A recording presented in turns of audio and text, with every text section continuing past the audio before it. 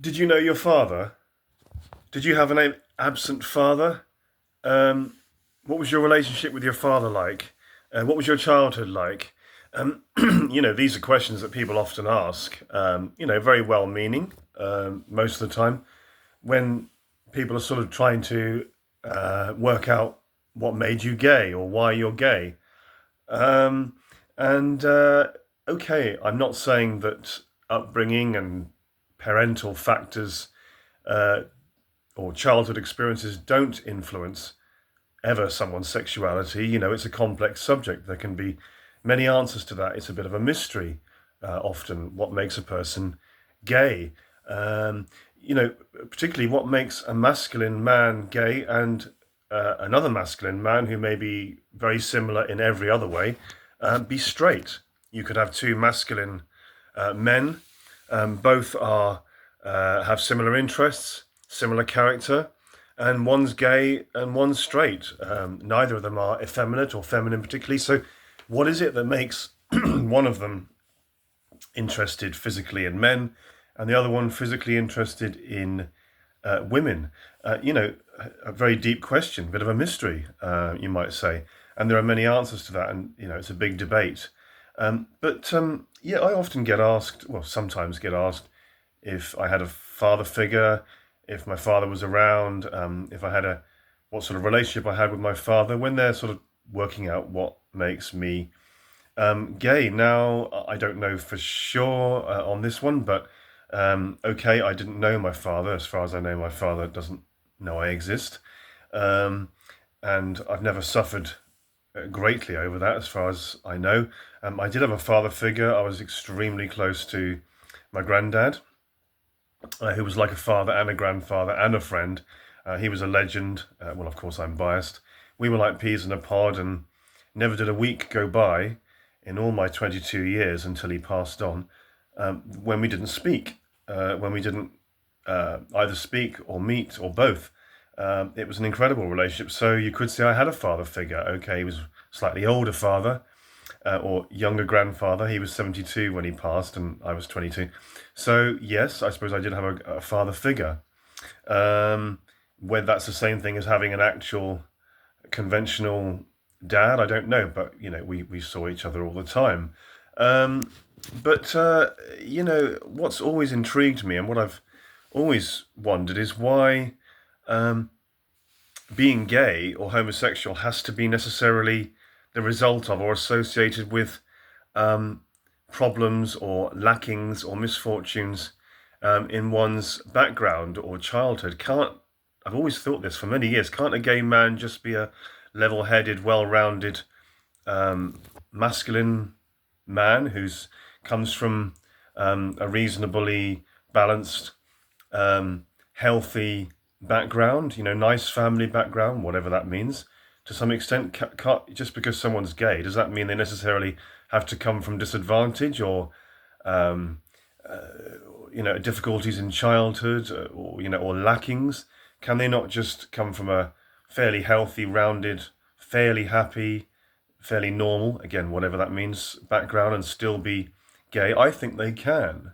And also, even in this day and age, we seem to think a lot of people still don't fully realize, even in this day and age, that many gay men are masculine, straight acting, manly, whatever you want to call it, or reasonably so.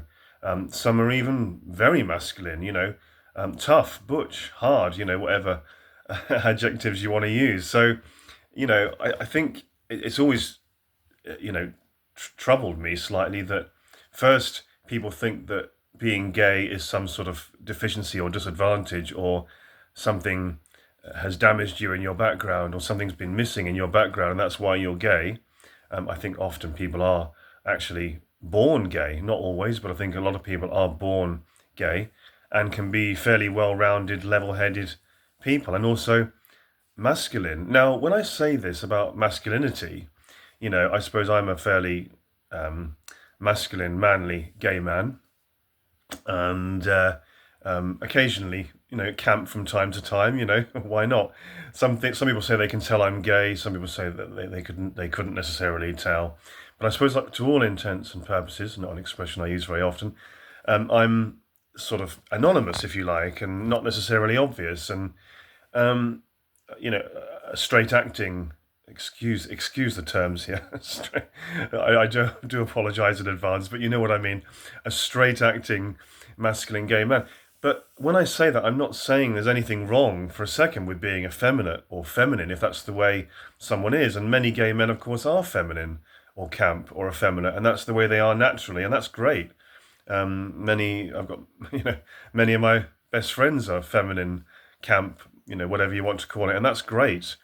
If it's natural and it's the way you are. And as I said, many gay men, excuse me, I'll just adjust many gay men are like that. And that's to some extent, or to a larger extent. I happen to be one of the more sort of, I don't know, anonymous, straight acting masculine gay men, and that's great too. But it was always intrigued me how, even in this day and age, a lot of people don't fully realise that a gay man, I'm not so much talking about lesbian or gay women in this video, but mainly about gay men. A lot of people don't sort of fully realise that a gay man can be both masculine, straight acting, or even tough, butch even, like you get gay tough guys, don't you? Get gay men in the army, you get gay boxers, you get, etc., etc. But a lot of people don't realise that you can have masculine gay men and gay men that are, just that come from a fairly, normal, well-rounded, happy family background, possibly with a father. Surely there are plenty of gay men that had a good relationship with both parents, and there was nothing lacking, and no particular trauma or problems. No family is perfect, but I mean a fairly well-rounded, fairly level, fairly balanced background, fairly happy. Just keeping an eye on the time. Didn't want to go over 10 minutes. Now, it's a complex subject. I know that some gay men or women have the orientation they have because of difficulties or traumas or things lacking in their childhood, in their upbringing, possibly with one parent or both parents or an absent parent. I do understand that. It's a complex subject. There are various causes.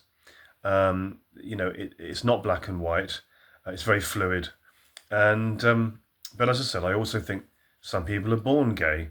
I don't know. I can't tell you whether I'm one of those. I think I probably am, but who knows?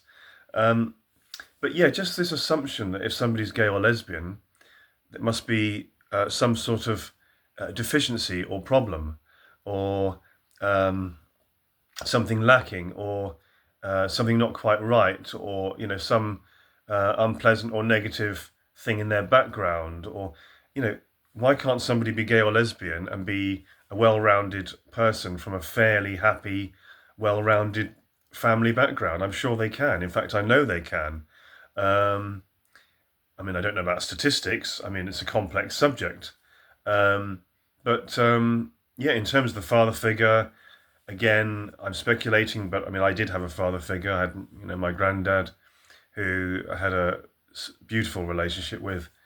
He passed when I was 22. He was only 72. And he was, you could say I had a father figure, and he was around constantly, every week, all the time he was around. And I saw him all the time. So whether that is fully a father figure, I don't know, but you could say it is a father figure. Why am I gay? Well, again, I don't know, you could even look into, many people are into reincarnation and past lives. You could look at someone's past lives. Maybe they were female in a past life, or female in one or more than one past life. I don't know. And then, so essentially my point is, we often forget that a gay man can be masculine, straight acting, doesn't have to be feminine or camp necessarily. Not that there's anything wrong with that at all. That's perfectly normal and natural for many gay men. And a gay man or woman can be a fairly well-rounded person with a fairly loving, happy family background. Surely. What do you think? There was one other point I was going to make. It's, um, I, I don't know what's happening. Oh yes, and we often forget about the bisexuals, don't we? I mean, many men and many women are bisexual. Often it's under the radar, private, secret, not talked about, not admitted to.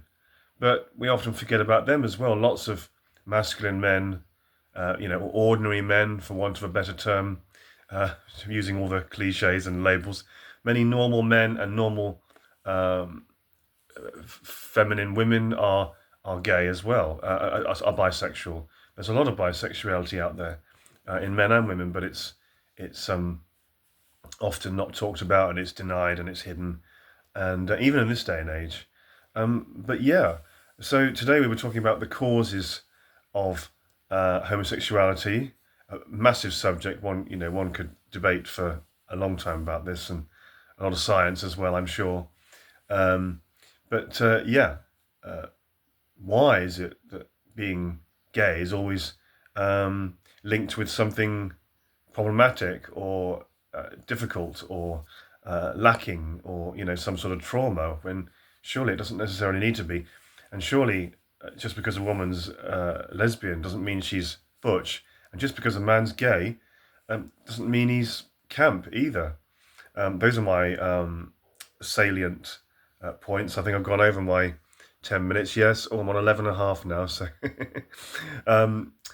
keep the debate going. Polite, respectful debate on all sides, as always, please. And let's have heated debate, as Mrs. Merton used to say. Some of you may not be old enough to remember Mrs. Merton.